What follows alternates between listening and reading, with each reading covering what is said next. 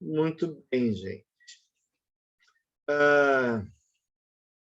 Hoje nós vamos começar a trabalhar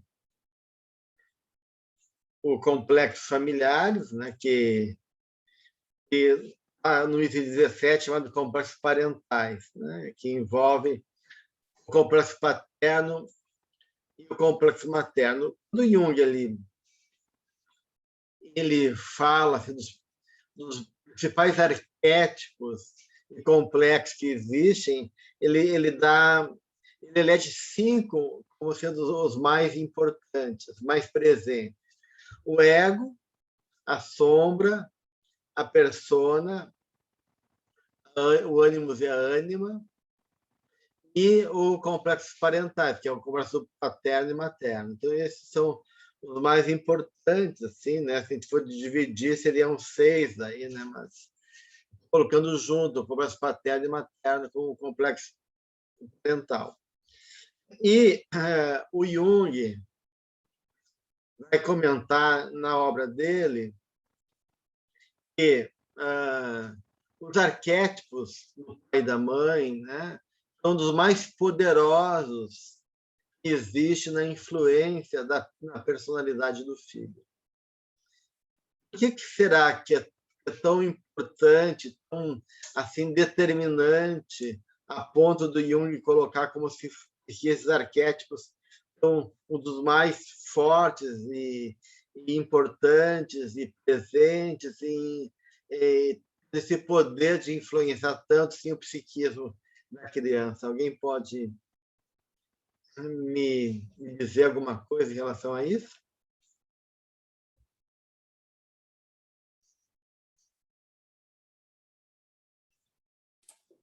Eu posso? Claro, Gabriele, pode falar. As crianças tendem a copiar os pais, né? A copiar as pessoas com quem elas estão mais próximas, não? Uhum. Sim. É isso que eu teria a acrescentar. Sim, a questão da imitação, a questão dos papéis, a questão do vínculo, né, que é a teoria do apego do Bowlby, né, que a criança, né, ela busca uma referência de apoio, de segurança. Então, os bebês, eles se apegam aos adultos, são sensíveis e receptivos a eles, como cuidadores compatíveis a essa criança, né? Então, de uma certa maneira, quando a criança começa a se exercitar no mundo, né, como engatinhar, como andar, eles têm na figura da mãe, né, das figuras parentais, uma base segura para explorar mais o ambiente em volta deles, né? Porque a reação dos pais leva justamente a esse desenvolvimento de poder de apego, que leva aos modelos internos de funcionamento que vão guiar a percepção da criança, individuais, seja também as emoções, os pensamentos e as expectativas em relacionamentos posteriores. A ideia de apego e separação é muito importante nesse primeiro ano de vida, né? De uma certa maneira, do início do ano até os 3 anos de idade, mais ou menos, né? Que isso é mais presente, né?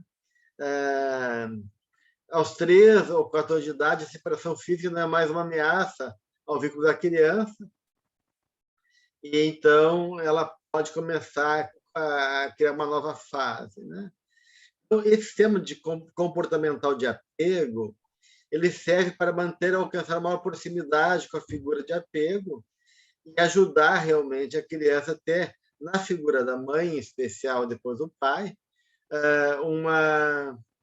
uma referência de suporte, né? Que com uma fase de pré-apego, os primeiros 4 meses de vida, tem 8 primeiras semanas, digamos assim, a criança começa a ter estímulo para ter a atenção dos pais, elas riem, elas balbuciam, elas choram, né? De 2 a 6 meses, o bebê aumenta a sua habilidade de discriminação entre os adultos, tornando-se mais receptivo, né, para o cuidador. E aí vai começando esse vínculo fundamental, que esse vínculo básico na construção da personalidade, né? Onde o bebê começa a usar o cuidador, né? Ou os cuidadores como uma base segura para explorar. Quanto maior é a presença de segurança que o cuidador imprime na vida do bebê, maior é a capacidade de ele ter autonomia e explorar o mundo, né? Porque tem o suporte ali. Se o cuidador é inacessível ou insensível, a criança tem que fortalecer o vínculo de apego para poder confirmar esse apoio que ela não sente em relação àquele cuidador. Então, toda ansiedade, medo, doença, cansaço, né?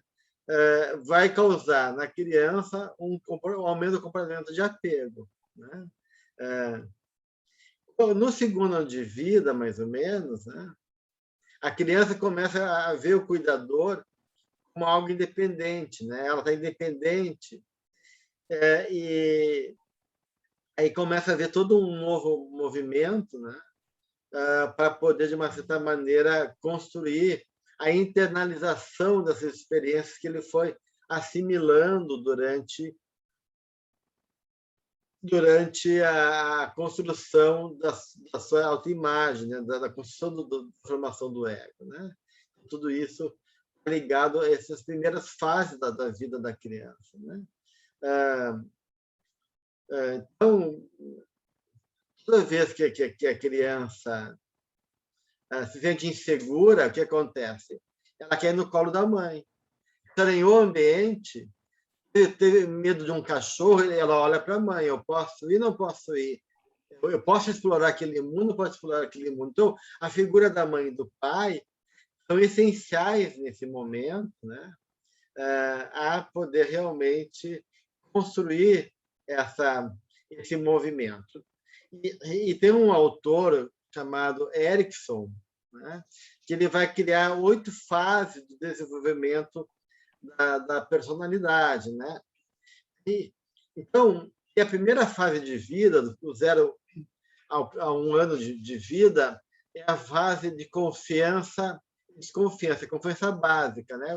Ou seja, quando o espírito reencarna, ele vai, de uma certa maneira, né, gente, retomar uma série de questões da vida dele, né, que vão sendo atualizadas, desafios que ele vão ter, provações do passado que ele vai ter que se confrontar, inimigos e amigos dele, encarnados, desencarnados, e uma nova identidade ali que está se construindo para poder vivenciar esse cenário novo que essa nova encarnação está possibilitando para ele, né? Então, a primeira experiência emocional desse espírito enquanto bebê é: esse mundo é confiável? Esse mundo me aceita? Como é que eu sou acolhido nesse mundo? É com amor? É com segurança? Esse mundo consegue me reconhecer e me dar suporte? Então, a confiança básica é a primeira experiência emocional da criança, seja a confiança básica ou a desconfiança básica. Ou ele vai encontrar um ambiente seguro de apoio e suporte, ou um ambiente inseguro, impreciso, que pode gerar ameaça e uma sensação de desamparo. E aí, na medida que ele vai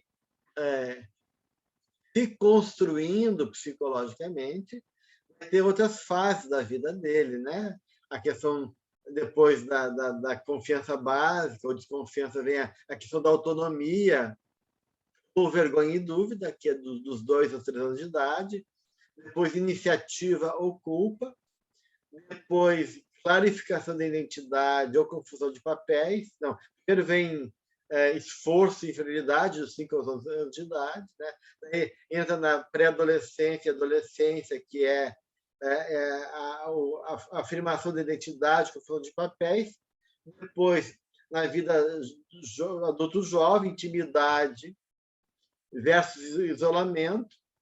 Depois, na vida mais adulta, produtividade adulta ou estagnação. até chegar na idade da terceira idade, que é integridade ou desespero. Então, são as fases que o Erickson vai escrevendo os elementos emocionais e dos temas que envolvem as fases de vida de cada um de nós, da infância até o nosso envelhecimento, né? Mas toda essa questão que eu estou trazendo para vocês, ela tem uma dimensão espiritual importante, né? Porque quanto mais evoluído é o espírito, né? A gente sabe disso, né? Menos sujeito ele está a essas influências do ambiente, né? Então, há uma grande influência dos pais, isso a Joana vai colocar, o próprio André Luiz coloca, o Manuel Filomeno de Miranda coloca, o quanto o psiquismo dos pais afeta e condiciona o filho, né? E apesar dessa grande influência, a gente tem que reconhecer que tem a parte do espírito, né? Seja daquilo que ele traz em outras vidas, né? Seja em relação ao nível de consciência que cada espírito tem enquanto recurso, né, de evolução. Vamos pegar assim um São Francisco de Assis, né, um espírito iluminado. Ele mesmo acompanhou o processo reencarnatório dele e organizou, e estava lúcido, né, porque a tendência da maioria de nós é quando a gente começa na concepção nessa nova gestação, o espírito perde a consciência, o perispírito fica fusionado no perispírito da mãe, eu regrido, né, uma regressão psíquica, eu fico inconsciente, né, da minha realidade, né, e eu vou começar a viver muito a atmosfera psíquica daquela mãe, né, na gestação e do ambiente em minha volta, né, para poder de uma maneira assimilar melhor essa nova experiência e conseguir um padrão novo para desmanchar ou tentar apagar um pouco o padrão do passado. Não, aquele padrão do passado volta muito rapidamente e eu acabo repetindo e tenho maior dificuldade de poder superar o passado. Porque a gente tem a primeira fase de vida, né? Então, claro que quanto mais evoluído o espírito, mais capacidade ele tem de dialogar com a vida e não se deixar influenciar pelo ambiente. Mesmo assim, a força, né, psíquica do pai e da mãe e do ambiente familiar sempre é muito forte no psiquismo da criança. E por que isso, né? Por que é forte?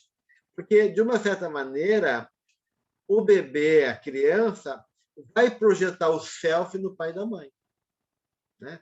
O self é a figura que representa a imagem de Deus, a totalidade do ser, essa totalidade que eu começo a construir novamente como um percurso psicológico, onde eu vou construir uma nova identidade, ela é espelhada pelo pai e pela mãe. Então, o pai e a mãe são como a representação de Deus na Terra. Eles são uma autoridade emocional. Eu dependo, como criança, como bebê, dessas duas figuras, em especial no primeiro momento da mãe. Então, são seres grandiosos. A criança vê o pai e a mãe de uma maneira muito mítica, muito mágica, que a mente da criança é uma mente ainda que fabula, né? Um pensamento mágico. Então, a visão que ele tem do pai e da mãe são de seres tão grandiosos, né? Às vezes ele sente o pai e a mãe como uma figura realmente uma potência que muitas vezes que protege e assusta muitas vezes emocionalmente a criança. Eu me lembro quando eu era pequenininho, a minha mãe tinha o hábito de rezar comigo antes de dormir e ela cantava uma musiquinha comigo, era uma musiquinha em homenagem a Maria, né? Mãezinha do céu, eu não sei rezar, só sei dizer que quero te amar. azul é teu manto, branco é teu véu, mãezinha, eu quero te ver lá no céu, alguma coisa era assim, eu acho que era a musiquinha. E para mim aquele momento era um mágico, e eu via minha mãe, e ela se transfigurava em Nossa Senhora. Naquele momento, ela virava a Nossa Senhora, né? Porque na cabeça da criança as coisas são muito mágicas. Então, ela virava uma pessoa santa, imaculada, pura, que só diz a verdade, né? Claro que depois a gente sabe que não é bem assim e que a mãe está muito longe de ser essa figura celestial, né? Ela também é a bruxa, ela também é venenosa, ela também abafa e mata, porque todo complexo materno, né? Todo o arquétipo tem um lado positivo e negativo. Mas, e como bruxa também é um ser grandioso, assustador, e quando o pai e a mãe ralham com a criança, às vezes eu não estou vendo mais a mãe. Eu estou vendo realmente a bruxa ali, ou aquela figura ameaçadora, porque a criança fantasia muito facilmente. Então, de certa forma, né, gente, a, o pai e a mãe vão ser a projeção daquilo que é essencial na vida da criança, depende do pai e da mãe, esse cuidador.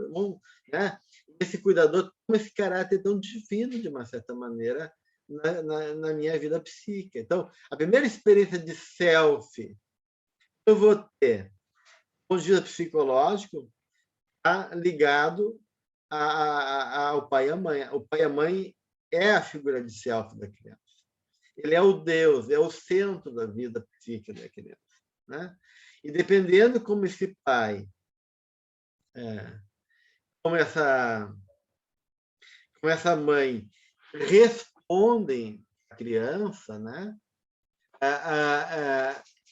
Eles vão construindo, vão espelhando, vão me devolvendo para mim, né? Que num primeiro momento a criança não separa o que é ela, o que é o mundo. Tudo é uma coisa só. O pai e a mãe existem na medida que se relacionam com ela, né? Então, de uma certa maneira, é como se o pai e a mãe fosse parte do self da criança, né? Parte do self. Um self urubórico, um self ainda primário, né? Não elaborado. Né? E aí, então, a gente chama de um integrado do self. Uma parte minha é vivida fora de mim, na figura do mundo, do pai e da mãe, e como o pai e a mãe me acolhem, eles vão me devolver esse integrado. Essa parte minha vai ser devolvida para mim. Vai ser reintegrado com uma parte minha, ou, se não for bem elaborado, vai ficar desintegrado, dissociado. Ou vai se integrar de maneira negativa. De uma certa maneira, né, todos os arquétipos que fazem parte da nossa vida compõem a realidade, são fundamentais na construção da nossa personalidade. Né? Então, a gente tem esses modelos ou padrões que orientam a nossa vida. No campo da biologia, chamam de instinto, e no campo psicológico, chamam de arquétipo. Né? Então, o arquétipo é um padrão exemplar. Então, tem esse arquétipo da mãe, que é padrões de vida psíquica que vão ser despertados, acionados na relação pessoal com a mãe e com o pai. Né? Então, de uma certa maneira, essas funções ligadas ao pai e da mãe são presentes na formação da pessoa da criança, de facilitar, organizar o desenvolvimento psicológico da criança. Né? Então, as relações parentais vão ter um impacto importante nesse desenvolvimento psicológico. Né? Então, Jung vai dizer que em compreender esse impacto é importante para compreender a personalidade, a formação de como a nossa imagem materna e paterna vão se construindo e como eles vão nortear daí o nosso comportamento, muitas vezes assumindo uma autonomia na nossa vida maior do que a gente imagina, porque cada complexo ele é representado pelo núcleo arquétipo, é portador de um significado, né?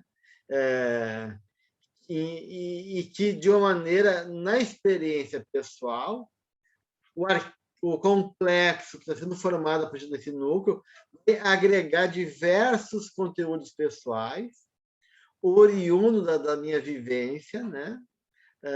E que vão, de uma maneira, botar uma roupagem pessoal que vai revelar essa matriz arquetípica que está ligada a cada complexo, né? Então, de uma certa maneira, né, gente? Por exemplo, existe o complexo do pai e o complexo da mãe, né?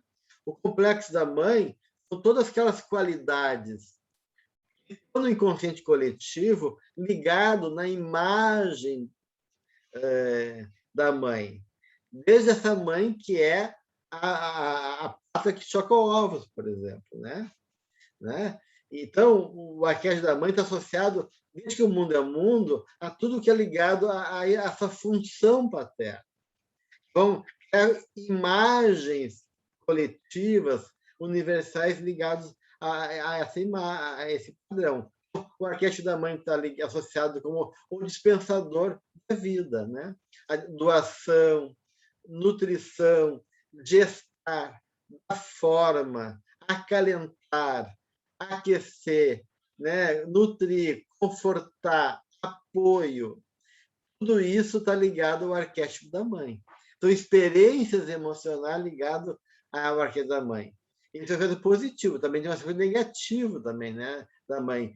Assim como ela é o símbolo da vida, ela também é a imagem da morte, porque a mãe sufoca, ela superprotege, ela atrofia também o filho, na medida que ela não acredita no filho, a mãe controladora, a mãe devoradora, né? Então, aí o aspecto negativo da figura da mãe, aquela mãe que acaba de uma maneira usando essa função de maneira exagerada ou negligente, uma mãe negligente, uma mãe perversa, assim por diante. Então, está ligado tudo ao arquétipo da mãe, que esse arquétipo está dentro de cada um de nós, independente de sermos homens ou mulheres. Claro que na dimensão do feminino, já que a mulher pode gestar e pode experienciar esse lugar, isso é ativado de maneira mais intensa, né? Enquanto o arquétipo do pai tem a função positiva de mostrar o caminho. É aquele que aponta a direção, que possibilita a civilização, né? A construção, a consciência, a lei, a ordem, os limites, né? Isso tudo está ligado ao arquétipo do pai, né? E seu lado positivo, negativamente, né? A imagem da castração, a ideologia cega, a dissociação com a natureza. Tanto um arquétipo como o outro vai ter um aspecto positivo e negativo, tá? Angélica, tu quer trazer alguma coisa? Eu teria uma pergunta. Pelo fato da mãe trazer essa ideia de frutificar, né, de gerar um filho, frutificar, porque a gente tem costume de falar também, a Terra é um planeta mãe, assim, aquela coisa de gerar, nutrir, acolher. Ela tem no seu arquétipo um inconsciente coletivo estruturado, diferenciado? Assim, gente, não, o inconsciente coletivo está ligado a todos nós, dependendo de sexo, do gênero, do sexo. É claro que todos nós trazemos uma base que é universal, que é coletiva, né? Que foi organizada e fomentado durante todo o processo evolutivo, antes mesmo do espírito se tornar espírito, quando ele é princípio espiritual. Por exemplo, quando a águia está voando sobre uma planície, ela está elaborando de uma maneira condicionar a matéria a visão, né? Que depois vai ser útil para mim. Então, essa fase animal, anterior à fase humana, a fase de surgimento do espírito, o arquétipo já está agindo ali como instinto, como elaboração de padrões de comportamento animal, que depois vai ser utilizado na base da sustentação do psiquismo humano, né? O arquétipo da mãe, ele é universal. Claro que, de uma certa maneira, quando a gente reencarna, esse arquétipo pode estar mais ativado ou menos ativado.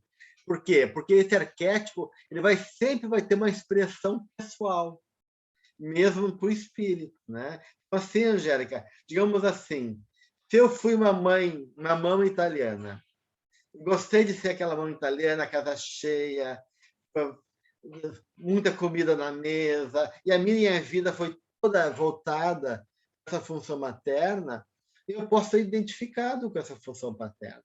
E estou assim, e aquilo está internalizado em mim, como espírito. Quando eu reencarno, então esse arquétipo está ali mais presente na minha vida, né?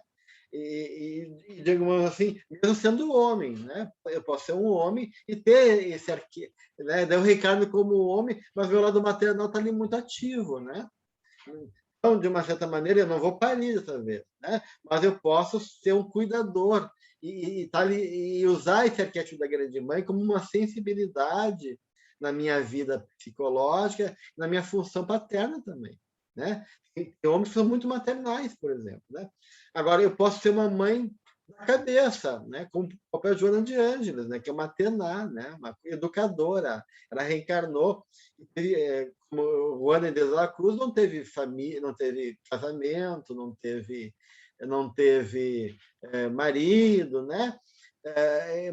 Porque existem vários padrões de mãe. Atena na mitologia grega é uma grande mãe também, mas é uma mãe da cabeça, mãe da cultura, do conhecimento, da estratégia, né?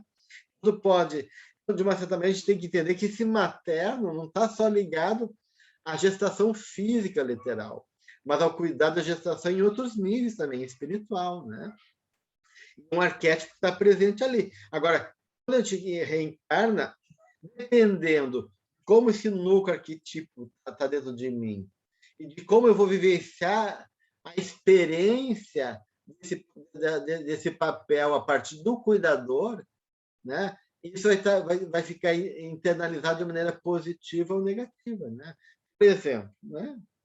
Digamos assim, eu tive uma mãe negligente, desqualificadora, uma mãe que era pouco, eu conseguia me refletir, ela não me compreendia, ela não me enxergava, né? Então, as minhas necessidades não foram atendidas e eu fiquei com uma visão imprecisa de mim mesmo, como se o olhar da minha mãe era um olhar negligente, descuidado, eu fiquei com uma pouca consciência da minha realidade interna. E eu acabei, às vezes, de repente, internalizando essa mãe negativa dentro de mim. O que vai acontecer do ponto de vista do meu comportamento depois da vida adulta? Eu posso ser uma pessoa que não sabe cuidar de mim.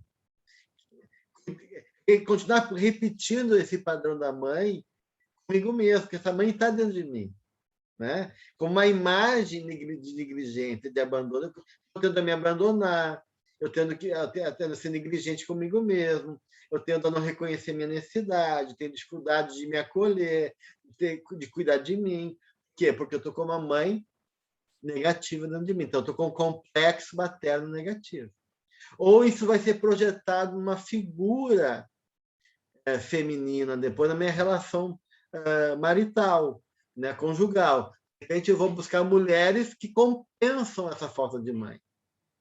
Daí eu vou me identificar com esse menino carente e vou buscar mulheres maternais, né, que possam me dar aquilo que a minha mãe não teve. Ou eu vou repetir a relação com a minha mãe nas relações afetivas. Eu vou pegar mulheres que não me respeitam, que são negligentes, que são exigentes e pouco amorosas comigo, que me maltratam, né? Então, tem várias formas do complexo agindo na gente, né? Ou seja, o que eu quero dizer com isso? Que a experiência de pai e de mãe, né, gente? Elas vão se tornar imagens internas. Então, uma coisa é a imagem parental, é o complexo. Hoje, outra coisa é o pai e a mãe real. A imagem que eu tenho da minha mãe e do meu pai nunca é igual à imagem do pai e da mãe real. É a imagem que eu assimilei. Pode estar ligado à imagem real do pai e da mãe, né? Mas não é exatamente o pai e a mãe, né? São coisas diferentes, tá? Tanto é que, muitas vezes, numa mesma família, eu tratei de irmãos, né, em terapia familiar, a visão que eles tinham da mãe deles era totalmente diferente, é oposta, né? E a mãe como sendo uma mãe fria, distante, egoísta, que a mãe era uma mãe depressiva, com pouco recurso.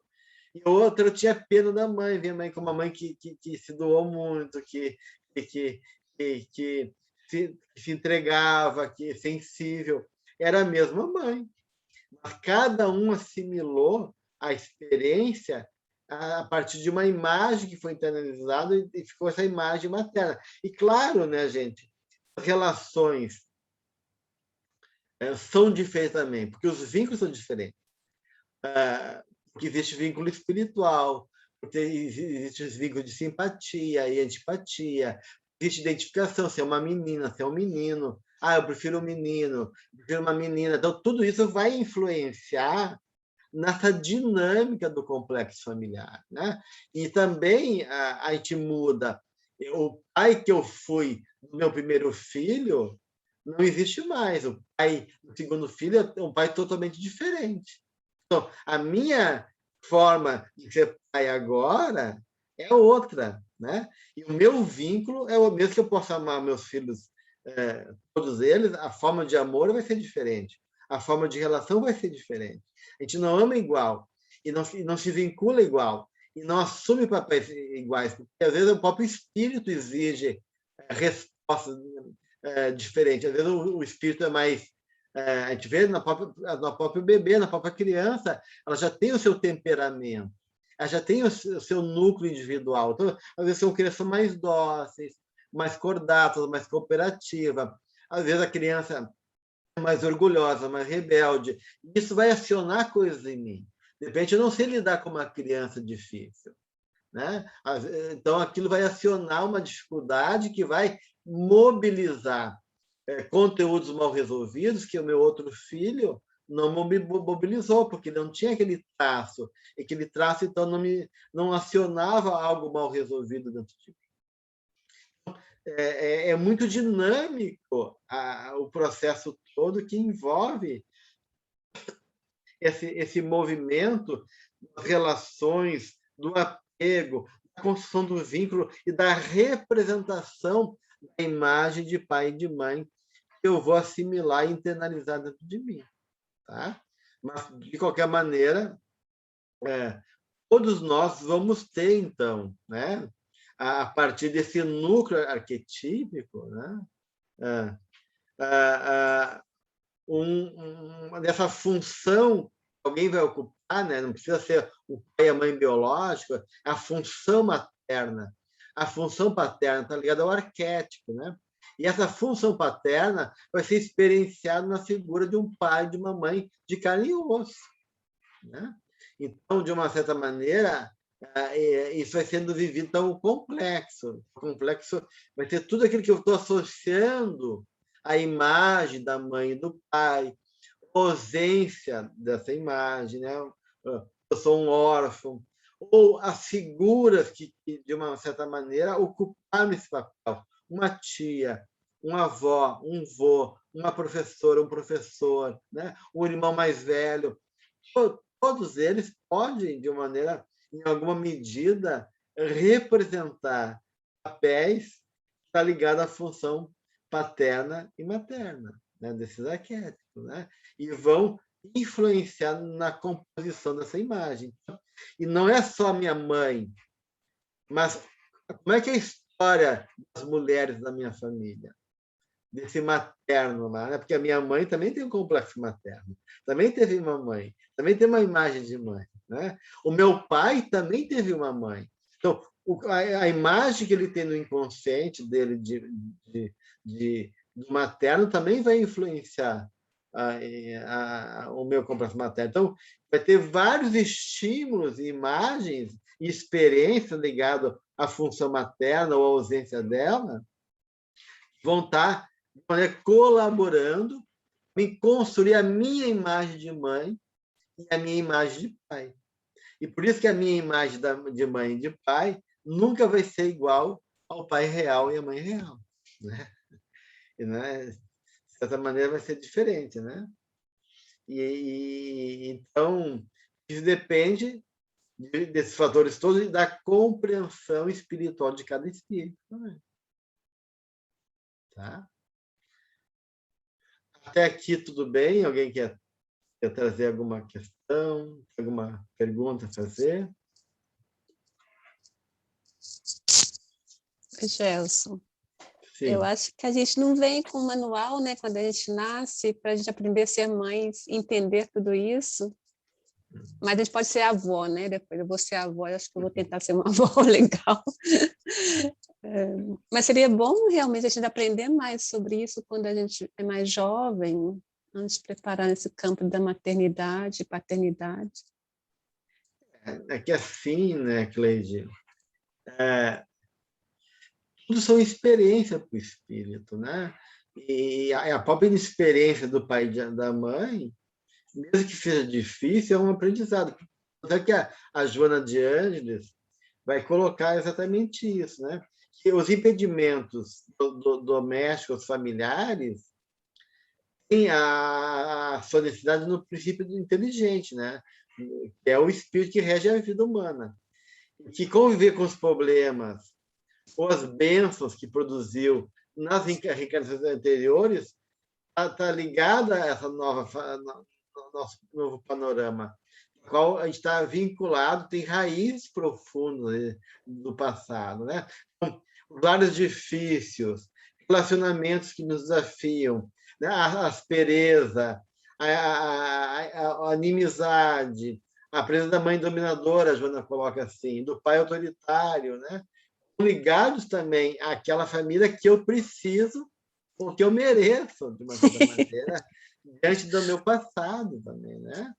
Porque nada é por acaso, né? Então, de uma certa forma, essa dinâmica toda é muito justa e adequada àquilo que diz respeito à minha realidade espiritual, né? Então, né? E claro que isso vai estar presente, né? Até questões da forma de vínculo, quando o Freud coloca do vínculo incestuoso da mãe e do filho, né? Vínculo de apego exagerado. Então, se eu sou um espírito, já tive uma relação afetiva com essa que é minha mãe no passado, né? De repente, está na minha memória aquele vínculo, né? E eu posso me apegar de maneira exagerada a essa figura, e a mãe também se apegar de tal maneira, fico numa relação de codependência. Mas isso não é problema só da mãe, né? É problema da dinâmica espiritual desses dois espíritos, eu e o caso dessa figura materna, que tem ligações do passado, seja de criminalidade, seja de vínculo de paixão, seja de vínculo de amor e de ódio, assim por diante, né? Tudo isso vai estar no nosso inconsciente e, de uma certa maneira, vai influenciar o tipo de vínculo e a imagem que vai ser internalizada em relação a essa dinâmica, né, relacional. Eu posso uma perguntinha rapidinha, só? Sim, depois tem a Gabriela e a Cleide. Mas pode ser depois. Tá, Então, eu queria saber a questão do complexo de Édipo, como é que a gente entra nessa história? Tá, depois a gente volta, então, Cleide. A Obrigada. Gabriela quer colocar alguma questão? É só a questão do comentário da Cleide, eu acho que a gente está mais e mais estudando mais sobre esses comportamentos familiares, e já existiam antigamente, tanto meus pais tinham, livros de como educar crianças, né? Mas ninguém leva isso a sério, mas a gente aqui, e comentando com outras pessoas, acredito, de pouco em pouco, vão se tornar mais esses grupos de discussão. É só isso. Na medida que a gente vai ficando mais lúcido, mais humanizado e compreendendo melhor a importância desses primeiros vínculos, né?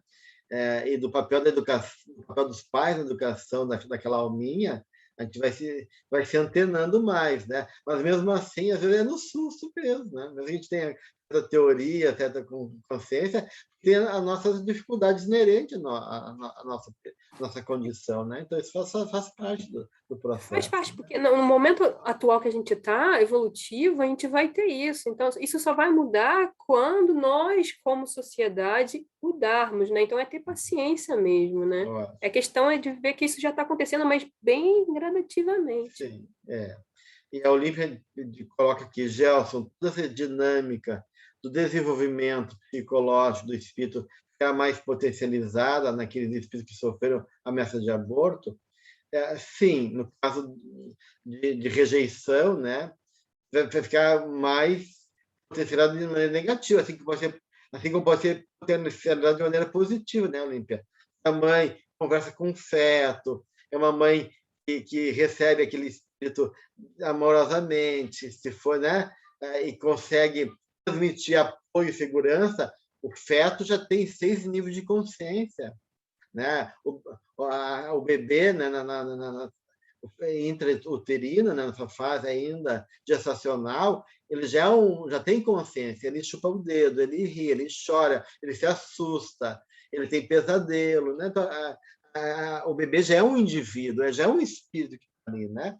E ele vai sentir as vibrações do ambiente, sejam positivas e negativas, né? Então, um ambiente muito negativo, um ambiente de uma mãe que rejeita, que não quer o filho, ou uma família muito disfuncional, muito pesada, né? Um ambiente pesado espiritualmente, com obsessões terríveis, e que geram um clima de hostilidade, isso tudo vai estar ali, agindo de uma certa maneira no psiquismo da criança, né? E claro, mas como eu falei para vocês, ninguém está ali de graça, né? Então isso de uma maneira a gente está reencarnou num ambiente difícil, desfavorável, é porque isso de uma certa maneira diz respeito a um compromisso com aquele lar difícil ou ligado a um desafio que é importante para mim de uma certa maneira, né? Então, né?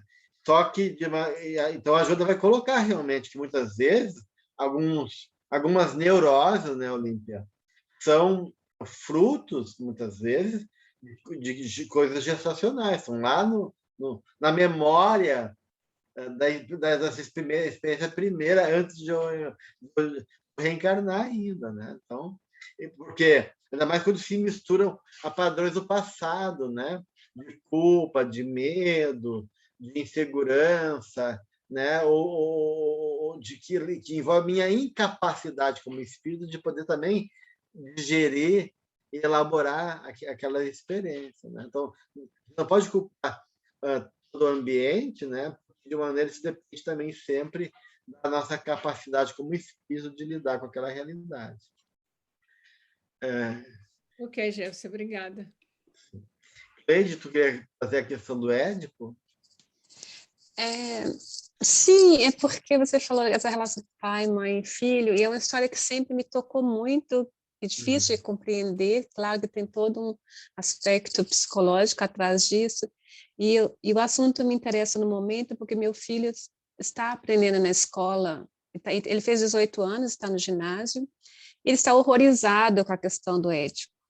Mamãe é muito brutal é uma coisa muito violenta. Que não pode literalizar, tu tem que ver isso de maneira simbólica, né, Cleide? Exato, eu falei para ele assim, não, vocês estão lendo porque tem um símbolo atrás disso e com certeza a professora vai levar a entender isso. A questão do Édipo, né, quando o Édipo casa com a mãe, é o símbolo desse vínculo potente, né, forte que a mãe tem com a criança, né? E o pai é o elemento que corta, né? O pai é o terceiro elemento que rompe para que a criança possa ir para o mundo. Por isso, porque a gente diz do ponto de vista antropológico que a mulher e o homem se constrói. Por quê? Porque a mulher vem do mesmo lugar. Ela é igual ao lugar original que ela surgiu, né? Ela é igual à mãe. E o homem não, né? O homem tem que se diferenciar, né? Porque se ele ficar igual à mãe, ele não constrói identidade masculina. E por isso que nas tribos, nos povos originais, né, originários, a iniciação masculina sempre é mais elaborada e leva mais tempo, é mais difícil para os meninos do que para as meninas, né? Porque tem uma antropóloga francesa, Elisabeth Badinter, que tem um livro XY, A Questão do Masculino, onde ela descreve vários povos e como é a iniciação do homem. E ela diz que o homem que engendra o homem. Então, é a cultura, né? Então, de uma certa maneira, tem uma fase psicológica que o psiquismo do pai tem que estar mais envolvendo o espírito daquela criança para poder tirar ele dessa tendência simbiótica que a mãe pode ter com o filho, né? Então, tanto é que, por exemplo, tem numa tribo, acho que é brasileira, né? E num dado momento assim, do ano, os homens, os índios adultos, desaparecem da aldeia, né? E aí, quando amanhece, as índias estão num canto lamento, como se fosse um canto choroso, né? Em forma de luto. Os índiozinhos todos acordam, achando tudo muito estranho. O que aconteceu na aldeia? Que os homens foram embora e as mulheres estão tristes, né? Estão lamentando, né? E passa o dia mais ou menos assim, e de repente os índios invadem a aldeia e raptam os meninos. Raptam os meninos, levam para o mato, e aí dão uma notícia terrível para os meninos. É o seguinte: tem um veneno dentro de ti, na região do umbigo. E esse veneno foi colocado pela tua mãe. E se tu não expulsar esse veneno, tu vai morrer, né? Olha só, a psicologia deles, ó. Tem que se desapegar da mãe. A mãe não é tudo de bom, não. A mãe é venenosa. E se tu ficar preso pelo cordão umbilical, né, tu vai morrer, não vai se desenvolver. Então, a gente vai tentar expulsar esse veneno do teu corpo para poder ver se tu consegue se livrar do veneno e não morrer. E o que acontece?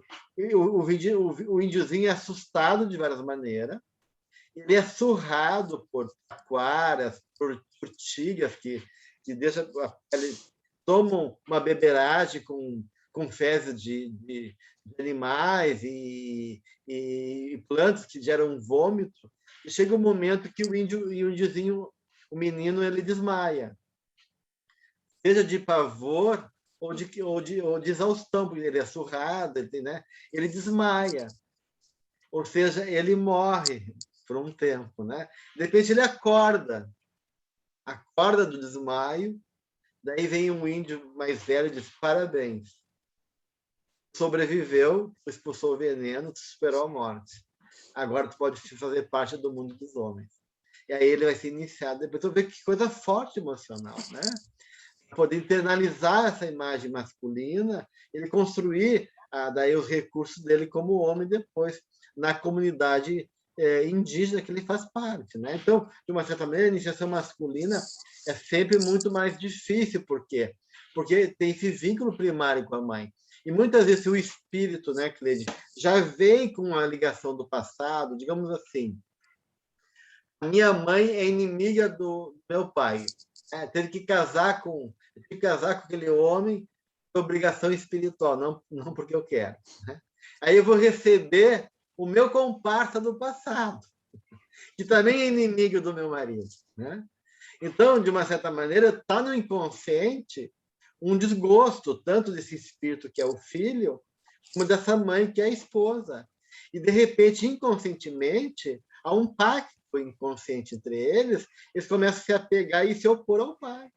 E se o pai inconscientemente tem uma lembrança do passado e rejeita aquele filho e não consegue também ter uma simpatia pelo filho porque ele foi o inimigo do passado, criou toda uma dinâmica já incestuosa, né? Edípica, onde essa mãe e esse filho vão se vincular de uma maneira muito mais forte e meio que isolar o pai, né? Isso acontece, né? De uma certa maneira. Então, as parcerias e as formas de vínculo são as mais diversas possíveis, né? Aqui a Olímpia está lembrando da reencarnação do Sigismundo, né? No capítulos do Missionários da Luz, né? No capítulo 13 ali, que fala sobre, um pouco antes, adiante, sobre o processo reencarnatório do Sigismundo, toda a complexidade ali da dinâmica espiritual familiar, né? Então, isso tudo vai estar ali presente inconscientemente. Aí, claro, muitas vezes, o pai é negligente, o pai é um pai frio, a mãe é negligente, mas, às vezes, é a percepção do espírito que já está contaminado. Às vezes, aquele pai não é tão negativo assim, mas eu tendo a ver como negativo por causa, de repente, eu estou contaminado por uma memória do passado, né? Não dou chance para esse pai ou essa mãe, né, se regenerar, né, se redimir comigo, né, pela minha raiva inconsciente, pelo meu ódio inconsciente. Então, as relações familiares são baseadas em emoções anteriores, muitas vezes de amor e de ódio, que estão abafados ali, mas que são despertados, de uma certa maneira, e vão compor essa dinâmica espiritual, né? Mas, de qualquer maneira, todos nós carregamos, então, uma imagem de mãe e uma imagem de pai. E é importante a gente reconhecer. Será que eu sou um pai bom para mim? Será que eu sou uma mãe boa? Depois que eu não dependo mais do pai e da mãe, eu vou funcionar como um pai e uma mãe de mim mesmo também. E como é que eu vou lidar como cuidador de mim mesmo? Depender de como eu vou internalizar essas imagens. Como é que eu vou cuidar dos outros também? Como é que eu vou ser essa figura paterna e materna, uma função de cuidador, né? Seja para um amigo, seja para meus filhos, seja para minha esposa, seja para meus colegas de trabalho. Tudo isso tem a ver com a dinâmica. Será que eu sou sempre muito maternal, não consigo dar limite, não consigo, né, lidar com agressividade ou com a raiva do outro? Será que eu sou muito duro, muito distante? Daí tem os tipos padrões de apego, né? Que tem toda uma teoria do apego, que são os padrões de apego, né? Os padrões de dependência, né? Que é uma forma de apego, ou o apego evitativo, né? Que é outro tipo de apego, eu quero evitar, né? Ou um apego ambivalente, que eu quero me vincular e, ao mesmo tempo, eu não consigo. Uma hora eu me apego, né? Uma hora eu não me apego, né? De uma certa maneira, ao outro. Então, ou apegos que são adequados, né? E tudo isso está em jogo, né? Nas relações de apego, né? Então, isso tem que ser considerado na dinâmica das relações depois, porque esses vínculos vão se construir depois em padrões de relacionamento. Tá? Gelson, Oi.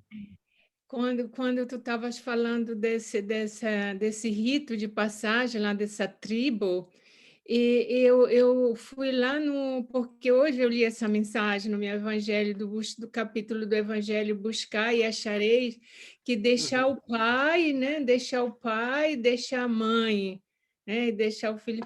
Dá para fazer um link, né? Porque, para mim, como é que Jesus deixa o pai e deixa a mãe, né?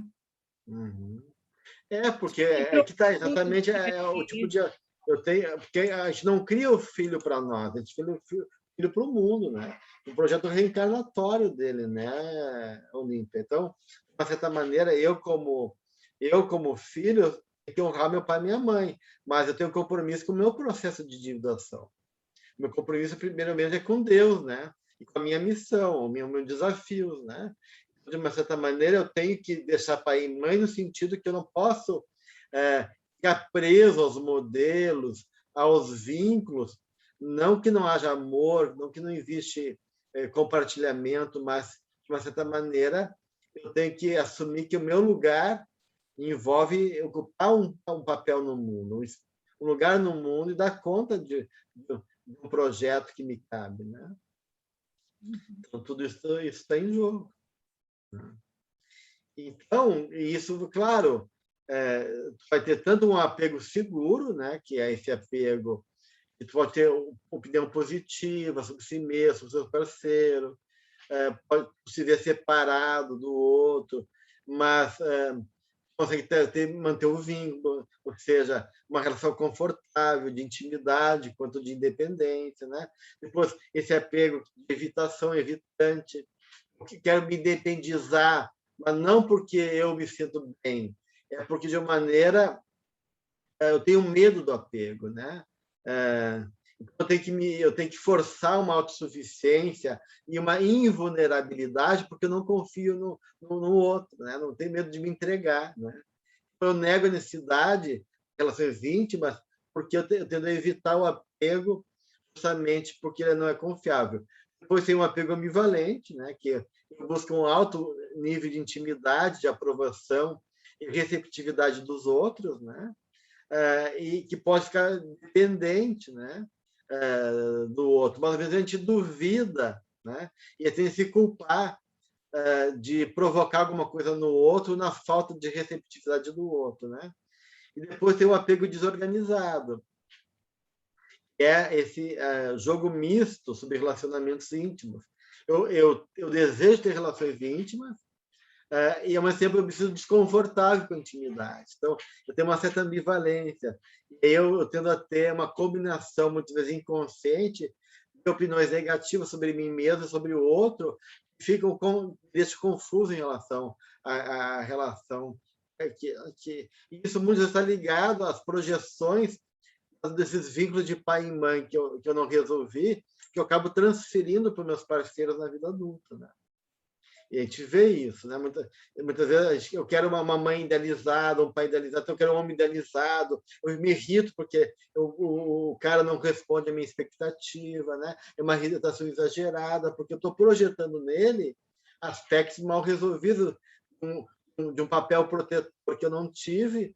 Eu estou transferindo agora para o meu marido, aquele papel protetor, e eu cobro dele esse lugar. Então, tem várias questões aí, né, gente, depois vão estar presentes nas relações adultas, né? Nas relações afetivas, nos vínculos que a gente estabelece, seja nas relações conjugais ou nos demais vínculos importantes na nossa vida, né? E por isso que é importante a gente poder entender esses complexos familiares. A Joana vai falar muitas fobias, complexo de inferioridade, outros tipos de comportamento muito presente esse papel que o pai e a mãe desempenharam na vida psíquica na minha infância, né? Enquanto vai influenciar o meu jeito de ver o mundo, o meu jeito de confiar na vida, o meu jeito de me perceber e poder construir uma confiança ou não em mim e no mundo e assim por diante. Tá? Ok, gente? Então, esses temas são bastante profundos e ricos, mas só para citar, né, alguns elementos para vocês pesquisarem e aprofundar. A gente não tem como estudar de maneira tão profunda, porque o campo da Joana é muito vasto, então a gente tem que ir adiante no estudo, mas para dar uma base assim, de compreensão, para quando vocês lerem o material de Joana que fala sobre as relações familiares, para entender as implicações e a importância desses complexos na vida da gente, tá bom? Semana que vem, então, a gente vai para o próximo item, né? E eu não estou aqui, deixa eu ver aqui bem ligeirinho, né?